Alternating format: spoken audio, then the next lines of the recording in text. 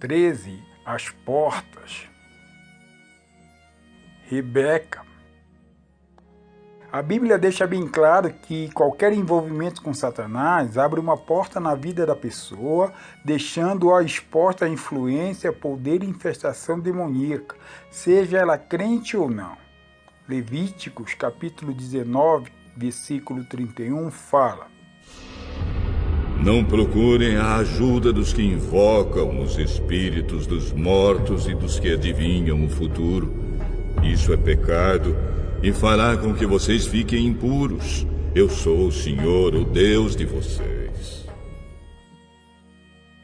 Embora a Irmandade seja uma enorme seita que cresce a cada dia, ela é apenas um punhado se comparado ao grande número dos que escravizaram-se em um envolvimento periférico no ocultismo e outros pecados, expondo suas vidas ao poder de Satanás. Essas portas abertas pelo pecado dão a Satã o direito legal de, em concordância com a Bíblia, enxertar o poder dele nas vidas das pessoas. Os crentes não estão excluídos porque a abertura destas portas está ligada à participação consciente no pecado e também pela ignorância. O que é que isso quer dizer? Vamos continuar pecando porque não somos mais controlados pela lei, mas pela graça de Deus? É claro que não. Pois vocês sabem muito bem que quando se entregam a alguma pessoa para serem escravos dela, são de fato escravos dessa pessoa a quem vocês obedecem. Assim sendo, vocês podem obedecer ao pecado que produz a morte, ou podem obedecer a Deus e ser aceitos por Ele. Romanos, capítulo 6, versículos 15 e 16.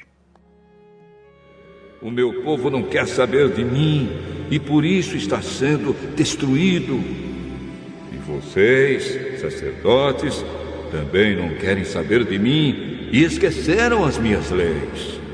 Portanto, eu não os aceito mais como meus sacerdotes, nem aceitarei os seus filhos como meus sacerdotes. Oséias, capítulo 4, versículo 6. Todos precisam estar conscientes destas áreas de influência, tanto os que querem reconhecê-las na própria vida, como aqueles que querem compartilhar a outros o glorioso Evangelho de Cristo. Muitos não conseguem aceitar Jesus porque a vontade e a mente estão literalmente escravizadas pelo poder das trevas através de portas abertas no passado. Porque se o Evangelho que anunciamos está escondido somente para os que estão se perdendo. Eles não podem crer, pois o Deus deste mundo conservou a mente deles na escuridão. Ele não os deixa ver a luz que brilha sobre eles, a luz que vem da boa notícia a respeito da glória de Cristo, o qual nos mostra como Deus realmente é. 2 Coríntios, capítulo 4, versículo 3 e 4. Qualquer envolvimento com o ocultismo, não importa o tempo e nem a intensidade, se torna uma porta. Seja o simples consultar o horóscopo, ou a curiosidade para visitar uma cartomante, leitura de mão e etc. Você já reparou que, tanto nas escolas como nas festas de arrecadação para os fundos de uma igreja, encontra-se de algum modo uma cartomante? Nenhum envolvimento deixa de ser prejudicial. Muitas crianças são levadas a estas festas para simples diversão. Mas quantas delas no futuro são incapazes de até mesmo aceitar Jesus como Salvador pessoal e, no caso de terem se tornado cristãos, chegam a perder o interesse ou se tornam incapazes de dar mais um passo no cristianismo? Ficaríamos boquiabertos se pudéssemos conhecer isoladamente, uma a uma, as consequências desses envolvimentos. Pessoalmente, conheço muito mais do que gostaria de até mesmo pensar. Não ofereçam os seus filhos em sacrifício, queimando-os no altar. Não deixem que no meio do povo haja adivinhos ou pessoas que tiram sortes. Não tolerem feiticeiros, nem quem faz despachos, nem aqueles que invocam os espíritos dos mortos. O Senhor Deus detesta os que praticam essas coisas nojentas. E por isso mesmo está expulsando da terra esses povos, enquanto vocês vão tomando posse dela. Deuteronômio, capítulo 18, versículos 10 ao 12. Apenas uma simples visita para satisfazer a curiosidade é suficiente para afetar o resto de sua vida. Da mesma forma, o estudar livros de artes ocultas, jogo de cartas, testes para percepção extrasensorial, experiências psíquicas, projeção astral, meditações que têm por objetivo limpar a mente e separar óleo de minerais usando pêndulos ou varinhas. Igualmente perigoso é a participação em quaisquer tipos de mágica. A arte da levitação, mover objetos sem tocá-los, consultar um médium ou um espírito na intenção de localizar objetos perdidos, a prática de artes marciais ou yoga e, naturalmente, quaisquer práticas de bruxaria através de mágicas ou encantamentos. Em suma, quaisquer uma dessas práticas abrirá uma porta à influência de Satanás e seus demônios. Do mesmo modo, o uso e abuso de drogas, assim como bebedeiras frequentes, são também portas.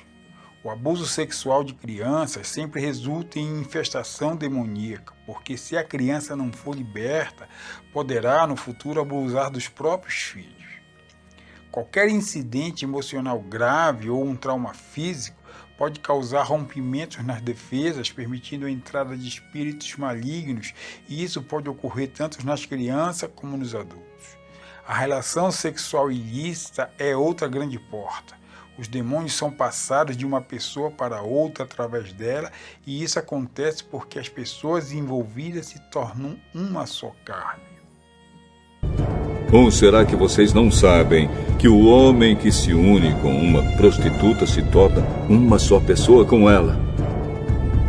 As Escrituras Sagradas afirmam: os dois se tornam uma só pessoa. Porém, quem se une com o Senhor se torna espiritualmente uma só pessoa com Ele. Fujam da imoralidade sexual.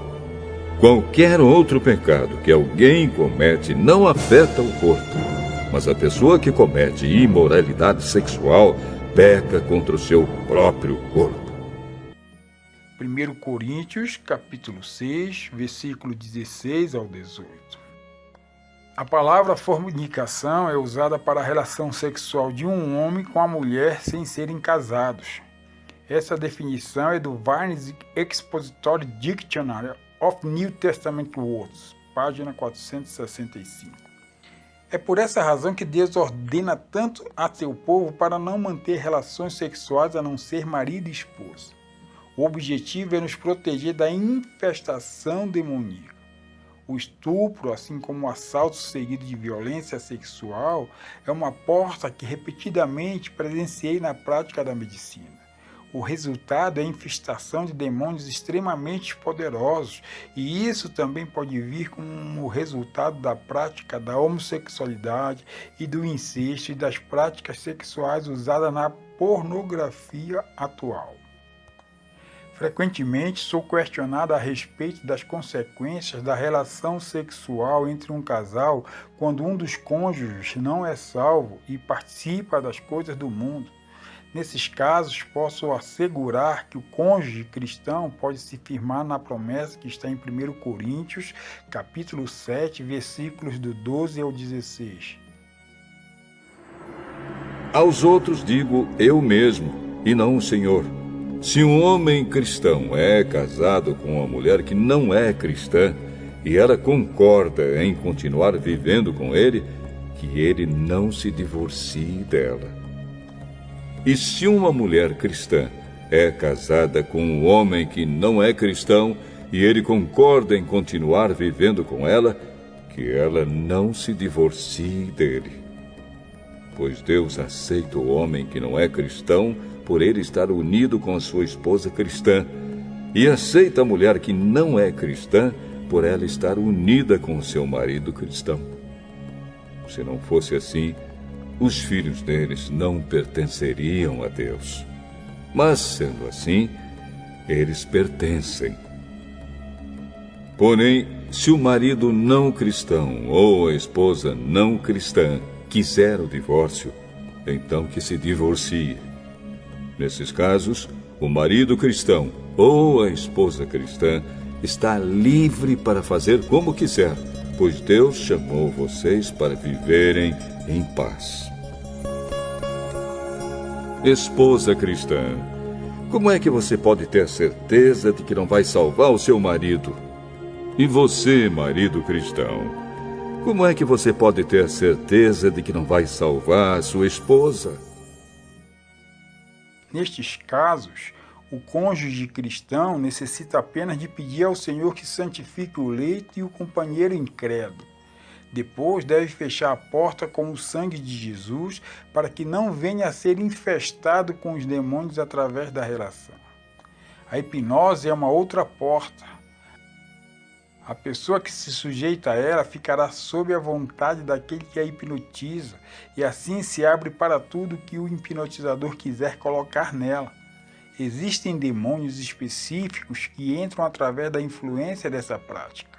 A hipnose para parar de fumar ou para controlar o apetite é uma estratégia demoníaca. A acupuntura é um outro tratamento demoníaco. As religiões orientais, todas, são várias formas de adoração a Satanás.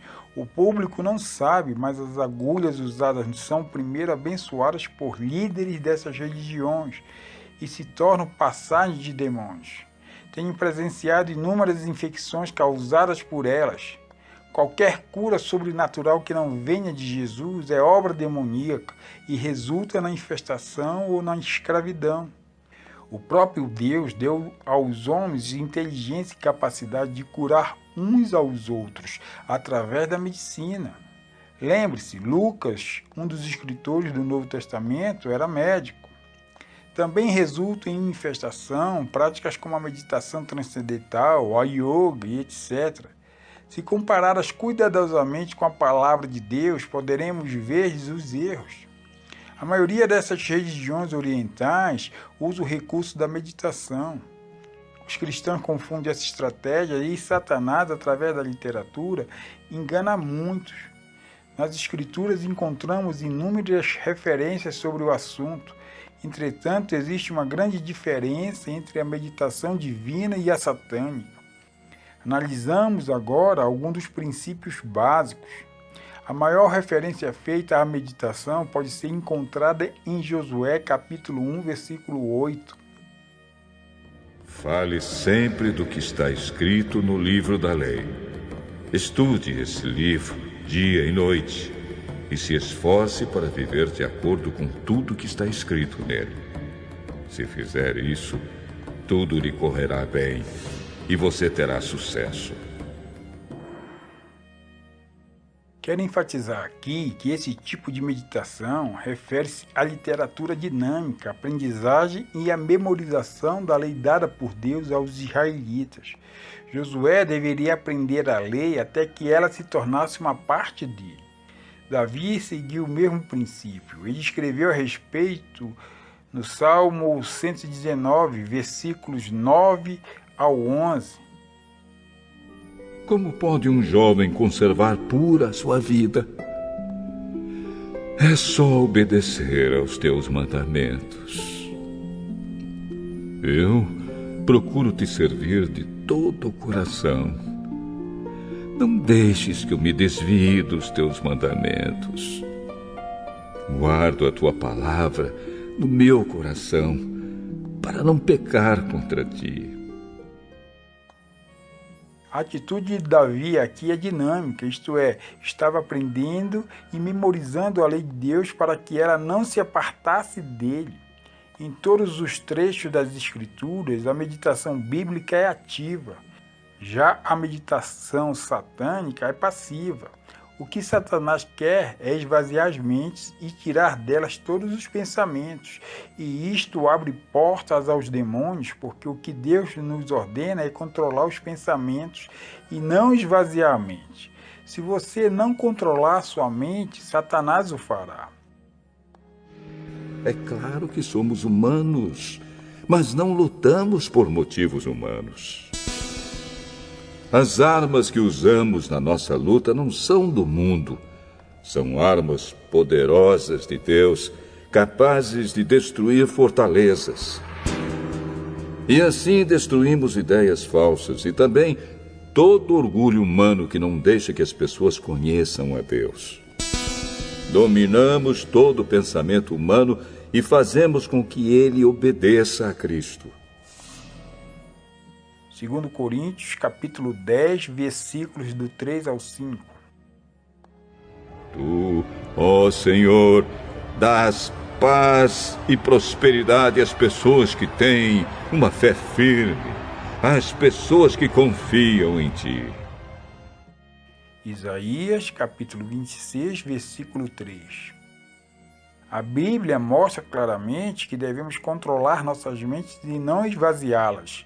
Qualquer ensinamento sobre meditação que diga a você para esvaziar-se de todos os pensamentos, usando frases como limpe sua mente e recursos da repetição de palavras, é de origem demoníaca. Nas suas orações, não fiquem repetindo o que vocês já disseram, como fazem os pagãos. Eles pensam que Deus os ouvirá porque fazem orações compridas. Mateus, capítulo 6, versículo 7. Evite os falatórios contrários aos ensinamentos cristãos, pois eles fazem com que as pessoas se afastem de Deus. 2 Timóteo, capítulo 2, versículo 16. Em algumas igrejas carismáticas, existe um ensinamento que consiste na repetição de determinadas frases ou no esvaziamento da mente para que o Espírito Santo possa atuar. É um esforço feito especialmente para que a pessoa possa falar em línguas. Naturalmente que qualquer mente vazia será ocupada por um espírito. Só que nesse caso, infelizmente, não será o Espírito Santo e sim um espírito imundo. Uma outra forma de escravidão maligna, muito comum, mas pouco reconhecida, é quando uma pessoa afeta a outra através de encanto, voodoo e maldição. Até mesmo um cristão pode ser prejudicado por feitiçaria desse tipo quando direcionados a ele. Um bom exemplo é a minha experiência pessoal. Não tive consciência do que estava acontecendo até que o Senhor desse ao meu pastor a revelação. Também atendi a pacientes que foram afligidos do mesmo modo. Muitos conheciam a pessoa que lhes enviara a mandinga. Já outros, depois de uma briga com um amigo envolvido no ocultismo, foram vítimas sem ao menos desconfiar do autor do encantamento. Por essa razão, é imperativo que os cristãos tenham um relacionamento íntimo com o Senhor para que Ele lhes dê o discernimento exato. Herda-se tantos demônios como a escravidão demoníaca. A porta para esse tipo de herança frequentemente passa desapercebida. Embora não estejamos mais sob a lei, devido à nova aliança no sangue de Cristo, podemos encontrar também no Velho Testamento princípios importantíssimos. Do mesmo modo, devemos ter sempre em mente que qualquer pecado não coberto pelo sangue de Jesus em nossas vidas é propriedade legal de Satanás. São muitas as referências no Velho Testamento de pecado dos pais que são passados aos filhos. Podemos encontrá-las em Êxodo, capítulo 20, versículo 5, Êxodo, capítulo 34, versículo 7, em Números, capítulo 14, versículo 18, e em Deuteronômio, capítulo 5, versículo 9. Podemos ler em Êxodo 34, versículos 6 e 7 o seguinte: Então Deus passou diante de Moisés e disse em voz alta: Eu sou o Senhor, o Deus eterno. Eu tenho compaixão e misericórdia. Não fico irado com facilidade. E a minha fidelidade e o meu amor são tão grandes que não podem ser medidos. Cumpro a minha promessa a milhares de gerações e perdoo o mal e o pecado. Porém, não deixo de castigar os seus filhos e até os netos, os bisnetos e os trinetos pelos pecados dos pais. Sempre que havia em Israel um reavivamento maior, o povo se reunia para jejuar, orar e confessar não só os próprios pecados, como também os de seus pais. Veja o exemplo em Neemias, capítulo 9, versículos 1 e 2. No dia 24 desse 7º mês, o povo de Israel se reuniu para jejuar, a fim de mostrar a sua tristeza pelos seus pecados. Eles já haviam se separado de todos os estrangeiros. Em sinal de tristeza, vestiram roupas feitas de pano grosseiro e puseram terra na cabeça. Então se levantaram e começaram a confessar os pecados que eles e os seus antepassados haviam cometido. Outras citações estão em 2 Crônicas, capítulo 29, versículos do 1 ao 11, durante o reinado do rei Ezequias.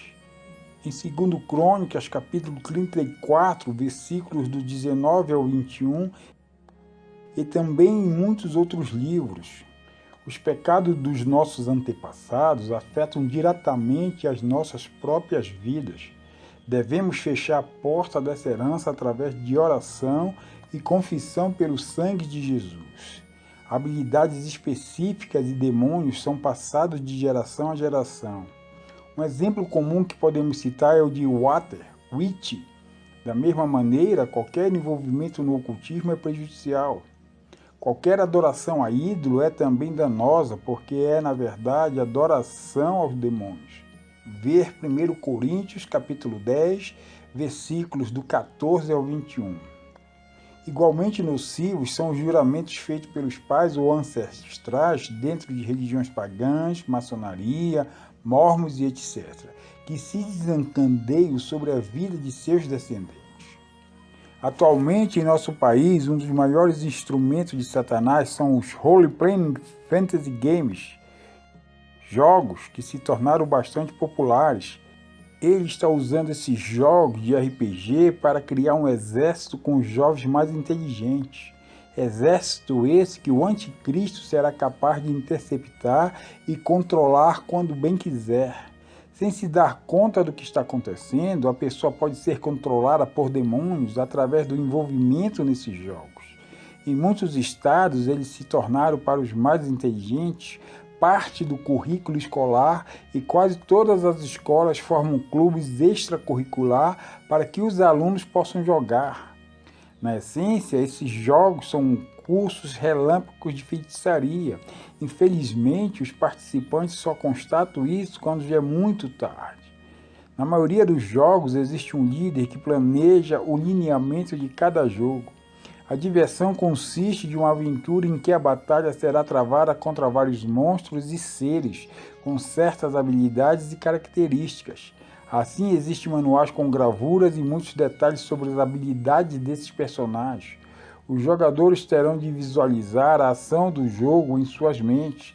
Assim, irão se tornar mais avançados no jogo à medida em que visualizarem melhor a ação e conseguirem antecipar os movimentos dos monstros e dos outros jogadores. Primeiramente, o que as pessoas não sabem é que os monstros são, na realidade, demônios. O que elas pensam que estão visualizando, na verdade, estão começando a ver o mundo espiritual. Quanto melhor se tornarem na visualização do jogo, mais infiltrados estarão no mundo espiritual. A imaginação é um passo importante para contactar esse outro lado. Não posso dizer em que ponto os jogadores ficam infestados por demônios. Contudo, trabalhei com muitos e não encontrei sequer um deles que não estivesse habitado por demônios e não o soubesse. É claro que irão mentir a respeito, mas mesmo assim, uns poucos me disseram que conversavam com eles e para ganhar mais poderes convidavam o mais inteligente de todos os demônios para possuí-los. Os manuais mais avançados dão detalhes de fórmulas mágicas, encantamentos e escritos satânicos que são usados e ensinados pelas bruxas e bruxos da própria Irmandade. Todos os que estão nos jogos sentem uma estranha fascinação pelo poder que emana deles, e poucos são os que descobrem a armadilha em que estão sendo apanhados. Muitos são os jovens cristãos ativos e entusiastas que perderam interesse pelo Senhor como resultado do envolvimento nesse tipo de jogo, e não deixando de mencionar os que nunca conhecerão a Jesus por causa da escravidão satânica em que estão. As influências do ocultismo estão desenfreadas, tanto nos brinquedos como nos desenhos animados. Neste caso, Satanás sabe que pode influenciar a imaginação das crianças para o mundo espiritual. Assim, elas aprenderão rapidamente a ver e a se comunicar com os demônios. Os pais necessitam ser extremamente cuidadosos com os brinquedos e com os desenhos que seus filhos assistem. Explodiu na medicina nos últimos anos o fenômeno do biofeedback. O seu crescimento tem sido estrondoso e é usado principalmente para controlar a dor, a pressão sanguínea e o abuso do uso de drogas e álcool. A Irmandade já usava há muitos e muitos anos antes do mesmo vir a ser do conhecimento público. Os satanistas descobriram que é o meio mais rápido de treinar as bruxas para ganhar controle consciente de seus corpos espirituais e assim contatarem o mundo espiritual. Na essência, o biofeedback treina a pessoa para controlar as funções orgânicas e áreas em que Deus não nos ordenou para controlar. Ele ensina o controle consciente do corpo espiritual. Este, por sua vez, controla e altera o que acontece ao corpo físico. E é aqui que as pessoas não se conscientizam em que estão sendo envolvidas. Os cristãos nunca deveriam lidar com o biofeedback, pois ele nada mais é do que a yoga modernizada, a meditação satânica e a bruxaria. O rock é outra área desapercebida, mas muito poderosa. É a música de Satanás. Todo o movimento dela foi cuidadosamente planejado por ele e seus seguidores desde o começo. O rock não apenas aconteceu, na realidade foi cuidadosamente planejado pelo próprio Satã. Como mencionei anteriormente, Elaine conheceu pessoalmente muitas estrelas do rock e todos haviam feito acordo com Satã em troca de fama e dinheiro. Receberam tudo o que queriam e até o que não esperavam, a destruição de suas almas e vidas. Contudo, eles sabem exatamente o que estão fazendo. Ensinam passo a passo milhões de jovens leigos a adorar e servir a Satanás. Inúmeras foram as cerimônias especiais que Elaine frequentou em vários estúdios de gravação por todos os Estados Unidos, com o propósito específico de colocar as bênçãos de Satã sobre os discos gravados.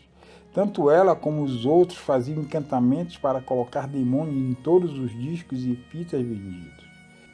Também, muitas vezes, eles convocavam demônios especiais para falarem nas gravações e nas mensagens que são disfarçadas na rotação ao inverso. Do mesmo modo, os próprios satanistas são gravados ao fundo, disfarçados pelo barulho da música. Assim, eles fazem magias e cantigas para invocar os demônios a cada vez que um dos discos, vídeos e fitas são tocados. Desse modo, os que escutam a música são afligidos. E qual é o propósito disso tudo? Você pode até questionar. A resposta nada mais é do que o controle da mente. Esse controle não apenas dá aos ouvintes, através da música, o entendimento das mensagens satânicas, como também impede que reconheçam a necessidade de ter Jesus, assim como a salvação oferecida por ele ao morrer na cruz. Muitas das canções líricas, quando tocadas, na realidade estão invocando os demônios. O propósito disso pode ser analisado por dois ângulos. Um é exercer o controle sobre o ouvinte e o outro é propiciar para o mesmo, através de encantamento, a condição de enviar demônios sobre outra pessoa. Isso é feito para se obter vingança através de doenças, acidentes e etc. E para ajudar a influenciar o outro à própria escravidão do rock. Com tudo isso, recomendamos o livro The Devil's Disciples, The Truth About Rock, Os Discípulos do Diabo, A Verdade Acerca do Rock, de Jeff Godwin, publicado por Chicken Publications Incorporation nos Estados Unidos. Ele dará a você um profundo conhecimento sobre esse tipo de música. É uma excelente ferramenta para os pais que querem entender em que tipo de música os filhos estão se envolvendo. Todas essas portas devem ser fechadas. Mas, se confessarmos os nossos pecados a Deus, Ele cumprirá a sua promessa e fará o que é correto. Ele perdoará os nossos pecados e nos limpará de toda maldade. 1 João, capítulo 1, versículo 9. Se você está envolvido em qualquer uma dessas práticas, você poderá fechar a porta ao fazer a seguinte oração: Pai, eu confesso a Ti o meu envolvimento em isso. Reconheço que tal coisa ou coisas é abominável diante de Ti. Humildemente peço o Teu perdão para o meu pecado nessa área ou áreas. Quero também que Tu feches qualquer entrada demoníaca como resultado de minhas ações. Do mesmo modo, quero que me limpes dos meus pecados e feches a porta ou portas para sempre com o precioso sangue de Jesus. Peço tudo isso e agradeço-te por tudo no nome de Jesus. Recomendo também que você se dirija a Satanás e seus demônios em voz alta da seguinte maneira: Escute, Satanás, você e seus demônios. Já pedi ao meu Pai Celestial perdão pela minha participação em isso. E eu recebi. Agora, pela fé e para sempre, fecho a porta dessa área na minha vida aberta a você, no sangue de Jesus derramado na cruz por mim. E no nome de Jesus ordeno que vá embora. Para a libertação nos casos de infestação por demônios fortes, será necessária a ajuda de outra ou outras pessoas. Se você ora fervorosamente e deseja a libertação a despeito de qualquer preço, o Senhor irá instruí-lo sobre o que é necessário fazer e ele libertará o cativo. Darei alguns exemplos de como na medicina lidei com pessoas terrivelmente afetadas pela abertura dessas portas. Todos os nomes foram mudados para a proteção das mesmas. Nós, os cristãos, devemos entender um princípio importante que eu nunca vi ser ensinado claramente nas igrejas. Muitas das pessoas com quem compartilhamos o Evangelho estão literalmente atadas por espíritos demoníacos, seja por dentro ou por fora. Em consequência, a vontade delas não está livre. Não podem aceitar a Jesus como Salvador porque, tendo a mente dominada, não conseguem entender a mensagem do Evangelho. Porque se o Evangelho que anunciamos está escondido somente para os que estão se perdendo. Eles não podem crer, pois o Deus deste mundo conservou a mente deles na escuridão. Ele não os deixa ver a luz que brilha sobre eles, a luz que vem da boa notícia a respeito da glória de Cristo, o qual nos mostra como Deus realmente é. 2 Coríntios, capítulo 4, versículos 13 e 4. As pessoas não irão dizer que estão amarradas. De fato, a amarração é tão completa que, na maioria dos casos, elas nem sabem que estão amarradas. Quando você perguntar a alguém se ele ou ela quer orar com você aceitando a Jesus, as desculpas que provavelmente ouvirá poderão ser estas: eu ainda não estou pronto ou pronta. Farei isso mais tarde. Ou não posso fazê-lo agora, não me obrigue, e etc. Entretanto, Jesus veio para libertar os cativos. O Senhor Deus me deu o seu Espírito, pois Ele me escolheu para levar boas notícias aos pobres. Ele me enviou para animar os aflitos, para anunciar a libertação aos escravos e a liberdade para os que estão na prisão. Isaías, capítulo 61, versículo 1. Nós devemos simplesmente tomar posse do poder e da autoridade que Jesus nos deu e usá-los para libertar os cativos. Veja a seguir alguns exemplos da minha experiência. 1. Jane tem 35 anos e é uma enfermeira da minha terra natal.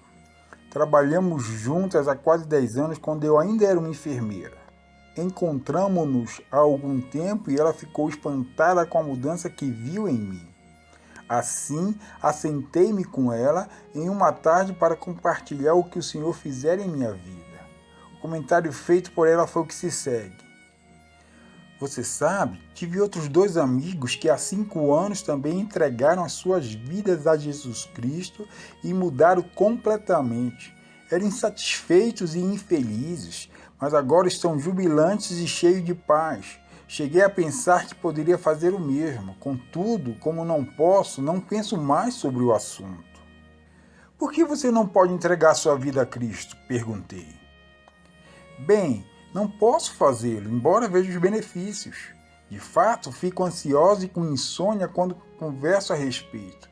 Penso que seria melhor pararmos agora, não quero mais falar sobre isso. Há alguns anos eu teria interrompido a conversa, mas louvado seja o Senhor, graças ao seu treinamento reconheci facilmente todos os sintomas. Assim persisti. Deixe-me fazer apenas mais uma pergunta. Quando você tenta pensar sobre Jesus, parece que você se choca contra um muro vazio e ele se torna um esforço para continuar pensando e é por isso que desiste? Sim, é isso. Como é que você sabe? Bem, tenho sido treinada na escola de Deus. Diga-me em que atividade do ocultismo você está envolvida. Ela ficou surpresa. Como é que você sabe? Bem, eu não participo ativamente. Há quase 8 anos fui visitar uma leitora de mãos apenas por achar emocionante. E desde então voltei aos leitores de mãos e adivinhos várias vezes. E recentemente comecei a consultar o meu horóscopo. Como você mesma pode ver, nada realmente sério. Bem, Jane, esse envolvimento superficial com o oculto foi o suficiente para colocá-la sob o jugo satânico, para que você não possa aceitar a Jesus. Mas tenho boas novas para você.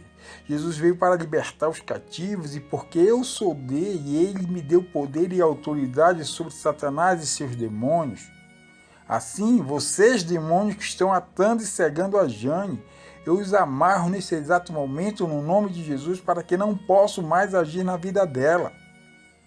Jane olhou-me assustada, achando que eu tivesse perdido o juízo. Contudo, a única coisa que fiz foi mudar de assunto durante 10 minutos.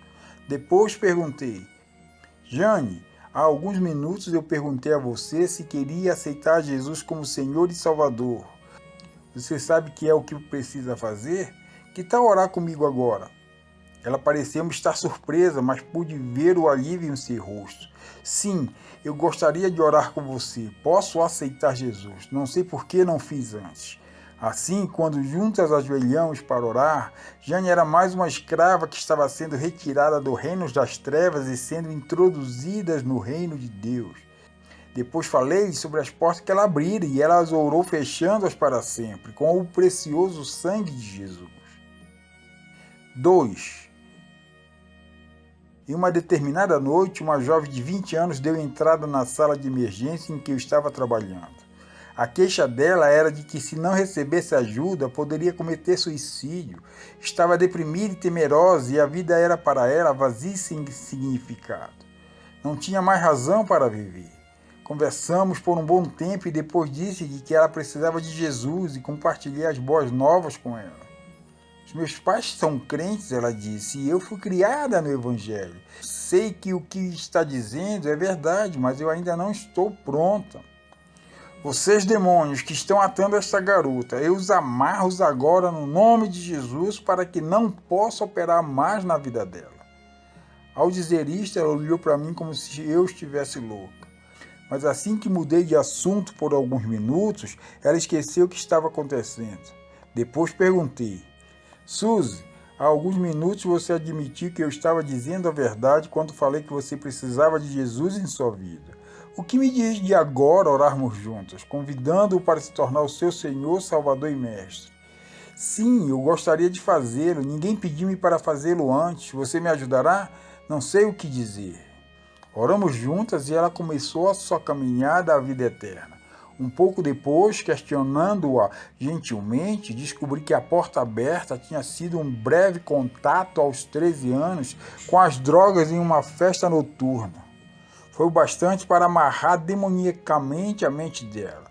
Pela maneira como descrever a sua vida, não tive dúvida de que ela já tivera várias oportunidades para aceitar a Cristo.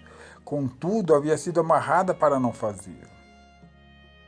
3. Durante o tempo em que, como residente, eu estava responsável pelo CTI, um homem de 80 anos foi admitido com grave ataque cardíaco. Depois de examiná-lo, eu constatei que provavelmente ele não viveria por muito mais tempo. Perguntou-me o que estava acontecendo em seu corpo e eu disse que o caso era delicado porque ele tivera um ataque cardíaco. Virando-se, ele começou a chorar e a nossa conversa foi a seguinte: doutora, por favor, não me diga isso, não posso suportá-lo. Moço, qual é o problema? O senhor tem medo de morrer? Sim. O senhor sabe o que acontecerá depois de sua morte? Sim, moço, irei direto para o inferno. Fiquei extremamente surpresa. Pouquíssimas são as pessoas que afirmam isso. Por favor, senhor, deixe-me dizer como poderia evitá-lo. Não, já ouvi tudo isso antes e não gostei, não me aborreça. Bem, queira ou não, o senhor irá ouvir sobre Jesus mais uma vez. Assim, usei quase 4 sentenças para falar-lhe do Evangelho. Em situações assim, a brevidade é uma obrigação. Eu sei tudo isso, sei que é correto, mas não posso. Moço, apenas repita 3 palavras depois de mim. Jesus, salve-me. Não posso, vá embora. Moço, sei que o senhor está sendo barrado. Está certo quando diz que não pode repetir as palavras. Diga-me o que é que o está impedindo. No mesmo instante, ele olhou-me diretamente nos olhos e disse: Satanás e seus demônios. Bem, tenho boas notícias para lhe dar. Jesus veio para libertar os cativos e com certeza o Senhor é um deles. Entretanto, sou filha do rei e tenho autoridade sobre Satanás e seus demônios. Foi assim que, em voz alta, dirigi-me a Satanás e a seus demônios e no nome de Jesus amarrei-os. Nunca esquecerei a alegria que vi na face daquele homem. Pegou nas minhas mãos e as lágrimas correram-lhe pelo rosto, enquanto ele orava pedindo a Jesus para ser o Senhor e Salvador da vida dele. Pude ver a paz que ele irradiava. Ele olhou-me e disse: Senhorita, tenho ansiado, procurado e desejado vir a Jesus nos últimos 50 anos, mas não conseguia fazê-lo. Enquanto conversávamos um pouco, ele disse que, quando tinha 30 anos, trabalhava como marinheiro e um dia, estando seu navio ancorado nas Filipinas por um determinado tempo, ele envolveu-se em uma discussão com as pessoas do local. Eles colocaram uma maldição do vodu nele. O resultado foi que, durante longos 50 anos em que procurou por Jesus, ele fora impedido por estar amarrado. Ninguém conversou com ele sobre o uso do tremendo poder e autoridade de Jesus para reconhecer o que lhe acontecia.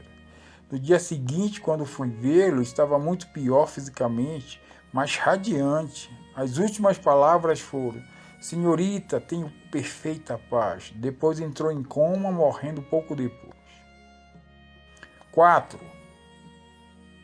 Uma mulher de 44 anos foi levada ao meu consultório pelas amigas porque estava à beira do suicídio. Elas a levaram porque sabiam que eu era cristã e tinha esperança que pudesse ajudá-la. A história dela não era muito diferente de outras que eu já ouvira. Os pais eram cristãos e a amavam muito. Ela sabia disso, mas por alguma razão, na adolescência, sua vida começou a tomar a direção errada. Ela começou a relacionar-se com mais companhias na escola, passando a participar de todo tipo de relações sexuais ilícitas. Sabia que o que estava praticando era errado e grave. Na verdade, não queria fazer aquilo, mas não conseguia ajudar a mim mesma. Eu crescera na igreja e sabia o que era certo e errado.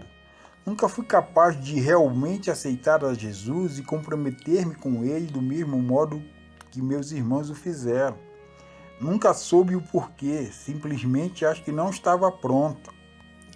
Solteira, ela tivera aos 17 anos um bebê que seus pais obrigaram a entregar para adoção. No mesmo ano, mais tarde, ela chegou perto de cometer suicídio e passou 3 meses em um hospital para doentes mentais. Desse modo, o resto de sua vida foi dentro de uma ou outra instituição psiquiátrica. Foi a inúmeros psiquiatras e psicólogos e tomou incontáveis drogas e tranquilizantes. Não ajudava, não conseguia manter relacionamentos estáveis e amorosos. Aos 19 anos, ela teve outro bebê e, temendo que os pais a obrigassem a dar o segundo filho, saiu de casa. Finalmente, 2 anos antes de conhecê-la, ela começou a frequentar uma igreja e eventualmente aceitou a Jesus. A vida dela melhorou muito ao ano que seguiu. Parou de beber e conseguiu um emprego. Encontrou cristãos genuínos que passaram muito tempo com ela, ajudando-a na mudança e limpeza da vida. A alegria dela era orar e ler a Bíblia. Porém, repentinamente, um dia, senti como se alguém tivesse fechado a porta, deixando tudo escuro. Não conseguia mais ler a Bíblia ou orar, não sentia mais a presença do Senhor, estava em grande aflição. Continuava indo à igreja porque sabia que era a única resposta. Não tinha qualquer alegria. Os vários ministros com quem conversei disseram-me que deveria haver algum pecado não confessado em minha vida ou que talvez o Senhor estivesse me testando. Mas sei que estou sendo destruída, não tenho mais desejo de continuar vivendo e o único caminho que vejo é o do suicídio. Perguntei-lhe se sentia sempre dentro de si algo que não fosse ela, mas que controlava-lhe as ações e os pensamentos. Oh, sim, frequentemente sinto, com toda certeza sei que há algo dentro de mim que não é meu. Perguntei a vários ministros se seria um demônio, mas eles me disseram que cristãos não podem ter demônios. De qualquer jeito, acho que estou louca. Quando tentei falar sobre os psiquiatras sobre isso, eles me disseram que eu era esquizofrênica. Como as pessoas são ignorantes, havia realmente dentro de Sara um demônio poderoso acompanhado de muitos outros menos poderosos. O Senhor instruiu-me a procurar a porta que fora aberta a eles e sobre a orientação dele perguntei a ela se lembrava na infância de algum incidente traumático. Depois de pensar por alguns instantes, ela me respondeu: "Sabe, é engraçado que você faça essa pergunta. Consigo me lembrar vagamente do que minha mãe me disse que, quando muito criança, eu havia sido estuprada. Disse-me que era melhor que eu esquecesse. Ela nunca falava comigo a respeito. Lembro-me de um homem agarrando-me e atirando-me ao chão. Entretanto, tudo mais que consigo lembrar é de, deitado ao chão, ficar olhando para um pé de maçã em flor. Aquela era a porta. O demônio entrara enquanto ela estava sendo estuprada e ficara lá por muitos e muitos anos sem ser detectado e destruíra-lhe a vida. Ele é de uma determinada classe que ao mesmo tempo pode habitar a alma, o corpo e o espírito. Discutirei sobre isso mais tarde. Ele possui milhares de tentáculos que atiram e entrelaçam profundamente cada área. Foi ele que fechara a porta no espírito dela para que ela não mais pudesse sentir a presença do Senhor. A presença e o encher do Espírito Santo era algo que ele não podia tolerar. Então tentou afastar Sara do compromisso dela com o Senhor. Entretanto, o Senhor envolveu-a e 2 horas depois, aquele demônio, juntamente com seus subordinados, foi expelido. Assim, Sara, depois de muitos e muitos anos, estava liberta. Podia sentir a presença do Senhor e, do mesmo modo, ler jubilosamente a sua palavra e, pela primeira vez, começou a levar uma vida normal e saudável. Passou também a experimentar o amor de Jesus Cristo. Novamente, eu me lembrei de Oséias, capítulo 4, versículo 6, que diz: O meu povo não quer saber de mim e por isso está sendo destruído. E vocês, sacerdotes, também não querem saber de mim e esqueceram as minhas leis. Portanto, eu não os aceito mais como meus sacerdotes, nem aceitarei os seus filhos como meus sacerdotes. 5. Chegou em meu consultório um homem de 35 anos, boa aparência, com a seguinte queixa: minha vida está sendo destruída e está caindo aos pedaços ao meu redor. Mesmo que eu não possa entender o porquê, eu sei que está acontecendo. Estou morrendo. Conversamos por mais de 1 hora e eu o questionava procurando uma pista. A saúde dele estava excelente, não se sentia doente. Era cristão, embora não tivesse um relacionamento íntimo com o Senhor. O seu casamento ia bem, assim como os seus filhos. O relacionamento com toda a família era bom. Gostava da profissão e estava feliz com a mesma. E finalmente, depois de ter questionado sobre tudo que fosse relacionado ao corpo, ele respondeu: sofri de sinusite há cerca de 3 anos, mas não sofro mais. Coincidentemente, era exatamente o tempo em que ele começou a sentir que a vida não tinha mais sentido. O que você fez há 3 anos para curar a sinusite? Bem, eu fiz um tratamento de acupuntura com um certo doutor e realmente funcionou, não senti mais o problema. Aí estava a resposta. Durante a consulta, eu fizera nele um eletrocardiograma, um ECG. Enquanto o aparelho registrava o batimento cardíaco, eu podia sentir a presença esmagadora do diabo por toda a sala. Imediatamente o coração dele parou. Mesmo não sabendo com o que estava lidando, eu expulsei o maligno no nome de Jesus e o coração voltou a pulsar espontaneamente. Ele ficava lá parado por mais de 1 minuto. Depois o Senhor revelou-me que a presença que eu sentira era o espírito do acupunturista. Ele estava sugando a força do paciente até o extremo de fazer com que o coração dele parasse. O Senhor permitiu que isso acontecesse no período do meu treinamento. As portas demoníacas foram abertas naquele jovem através das agulhas da acupuntura, deixando-o indefeso ao controle do acupunturista, do mesmo modo que acontece no hipnotismo. O acupunturista estava puxando a força do homem para uso próprio. Era por isso que ele sentia que a vida dele estava sendo destruída, e estava. Não podia dizer-lhe o que estava acontecendo, porque com certeza ele iria pensar que eu estava ficando louca. Ele era um crente superficial. Não estava preparado para aceitar o fato de que os demônios existem. Questionei ao Senhor o que fazer naquela situação. Use a ferramenta mais poderosa que você tem. Foi a resposta. Ore poderosamente por ele. Orei e jejuei por aquele homem mais de 1 ano. Assim, depois de 1 ano, o Senhor falou-me que, em resposta às minhas orações, ele havia libertado o homem sem que o mesmo soubesse o que havia acontecido. Pouco tempo depois, eu o examinei por causa de um outro problema e ele disse-me que estava se sentindo muito melhor. Novamente, o Senhor libertara o cativo. 6. Um jovem de 24 anos chegara aos meus cuidados porque tentara cometer suicídio. Rick crescera numa família cristã, em um lar adorável. Na adolescência, ele se comprometera totalmente com Jesus e mantivera um relacionamento íntimo com o Senhor, ouvindo-o falar em seu espírito. Era um jovem muito inteligente e, depois de ter terminado a faculdade, entrou para o seminário com o objetivo de se tornar um ministro. O Senhor era a alegria da vida dele. Contudo, cerca de 1 ano antes de conhecê-lo, ele já não era capaz de ter comunhão com o Senhor. Era-lhe impossível ler a Bíblia ou orar, e não conseguia, em absoluto, sentir a presença de Deus. Aconselhou-se e orou com muitas pessoas, mas não recebeu ajuda. Sentia dificuldade de concentrar-se nos estudos e as notas caíram drasticamente, até que finalmente, em total desespero, ele abandonou a escola durante 1 mês antes da tentativa do suicídio. Era como se não houvesse uma razão para a vida. Questionei-o tentando achar a porta. Perguntei sobre tudo o que fizeram um pouco antes dos problemas começarem. Ele contou-me a seguinte história.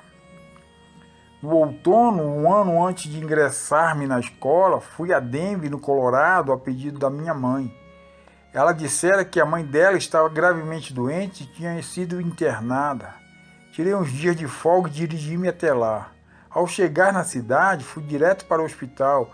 Entretanto, antes de chegar, enquanto estava dirigindo pela cidade, tive a sensação de algo negro, como se fosse uma nuvem, caindo sobre mim. Aconteceu durante uns poucos segundos e depois foi. Não pensei nada mais a respeito do ocorrido. Quando cheguei ao hospital, descobri que minha avó morrera justamente um pouco antes que eu chegasse. Fiquei para o funeral e depois voltei para casa. Depois de questioná-lo mais um pouco, ele me disse que a avó envolvera-se profundamente na bruxaria. Muitos dos familiares tentaram convencê-la da necessidade de Jesus sem obter sucesso. Aquela era a porta, a herança. Com a morte da avó, os demônios que a habitavam foram passados a um outro membro da família. Naturalmente que Satanás escolhera Rick, pois ele estava se preparando para dedicar tempo integral à obra do Senhor. Assim, depois da libertação, ele foi completamente restaurado e voltou a comunicar-se livremente com o Senhor. Uma simples oração de fé pelos pais poderia tê-lo protegido de receber a herança da avó. Porém, faltou-lhes o conhecimento. Sei que muitos irão dizer que Rick já deveria estar protegido de receber aquela herança, pelo fato de que ele já era um crente, mas a Bíblia afirma claramente que os pecados dos pais serão passados aos descendentes até a terceira e quarta geração. Esse foi o motivo por que Deus advertiu fortemente os israelitas contra quaisquer envolvimento com o ocultismo. Os cristãos devem estar cientes disso. Se souberem do envolvimento de quem quer que seja na família, em quaisquer aspectos com o ocultismo, deve pedir ao Senhor para fechar a porta da herança com o precioso sangue de Jesus, tanto para si mesmo como para os filhos. Descreva a seguir 4 passos básicos que o cristão pode seguir para lutar pela salvação de quem está demoniacamente amarrado. Muitos são os pais que enfrentam problemas com os filhos incrédulos envolvidos com rock, jogos do ocultismo, drogas, alcoolismo e etc. Estes mesmos passos podem ser seguidos por qualquer cristão que deseja ajudar a outros com o objetivo de trazê-los ao Senhor Jesus. 1. Se o incrédulo vive na mesma casa que o cristão, o primeiro passo será limpá-la. Isto é, se o cristão estiver em uma posição de autoridade dentro da família. É óbvio que os filhos não podem fazer o mesmo se forem menores e estiverem vivendo junto com os seus pais. Essa situação será estudada ao final deste primeiro passo. Todos os objetos que são usados no culto para Satanás devem ser retirados da casa. São eles objetos do ocultismo, discos de rock, materiais role-playing, fantasy games, jogos de RPG e etc. São chamados de objetos familiares. Eles são usados legalmente por Satanás para levar o poder diabólico para dentro de casa. No caso dos pais cristãos que enfrentam a rebelião dos filhos adolescentes, seria aconselhável que você não vá diretamente ao quarto de seu filho e faça uma limpeza de tudo o que sentir que é objeto familiar.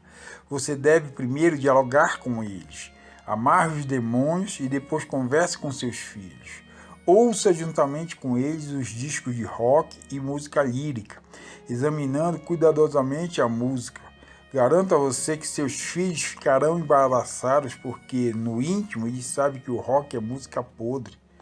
No caso de jogos de ocultismo, procure sentar-se com eles para ler o manual e estudar os jogos a fim de ganhar entendimento do que eles estão fazendo e você poderá explicar o que estiver errado. Depois de fazer tudo isso, destrua todos os discos, fitas, materiais de jogos e etc. Como mencionei anteriormente, os filhos cristãos que são menores podem, pela fé, pedir ao Senhor para selar os objetos familiares para que os demônios não mais operem através deles. 2. Conscientize-se de que os seus amados estão cegos e atados demoniacamente.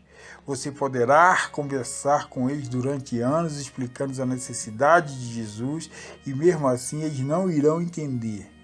Poderão até repetir o que você disser, mas será como se tivesse um emaranhado entre o que foi dito e o cérebro deles, impedindo-os de realmente entender os conceitos. O emaranhado é um demônio, e estando a vontade deles amarrada, para que não entendam a necessidade de Jesus, não poderão pedir-lhe que se torne o Salvador e Senhor de suas vidas. Se vivem na mesma casa que você, então a cada dia, em voz alta, enfrente os demônios que habitam neles. Você poderá fazê-lo em um outro quarto onde seu parente não irá ouvi-lo. Não se esqueça, os demônios possuem ouvidos aguçados. Diga assim: Vocês demônios que estão amarrando fulano ou fulana, tomam autoridade sobre vocês no nome de Jesus Cristo, meu Senhor. Amarro a vocês no nome de Jesus para que não aflijam a fulano ou a fulana no dia de hoje. A minha casa pertence ao Senhor e é terra santa. Vocês são invasores e não podem agir aqui. Amarro-os e ordeno que saiam no nome de Jesus. Será uma batalha diária, não posso dizer quanto tempo levará. Cada caso é somente o Senhor quem sabe.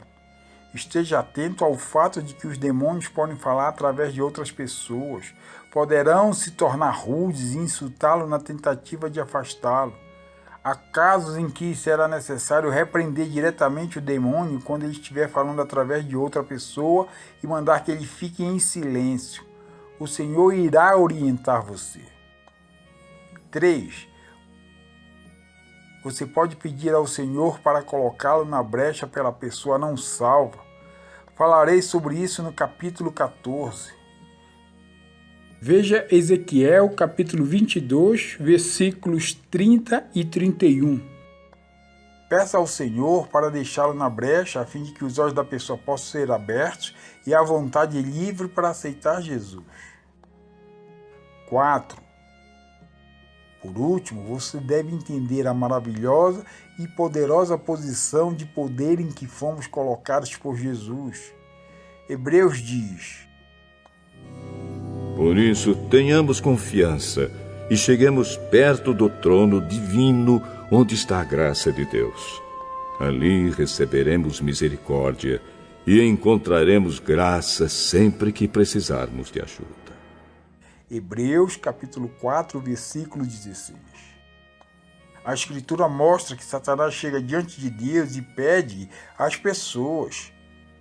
A narração em Jó capítulo 1 mostra nitidamente isso. Outra referência foi quando ele pediu por Pedro. Simão, escute bem. Satanás já conseguiu licença para pôr vocês à prova.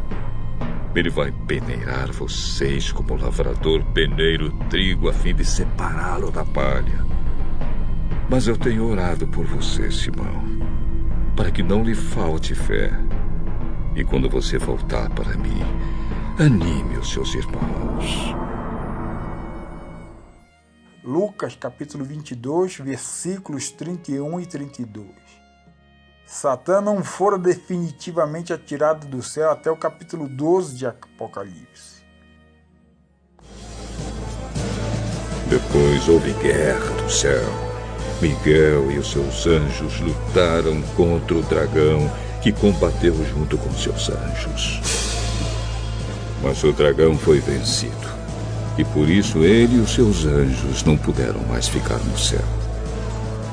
O enorme dragão foi lançado fora do céu.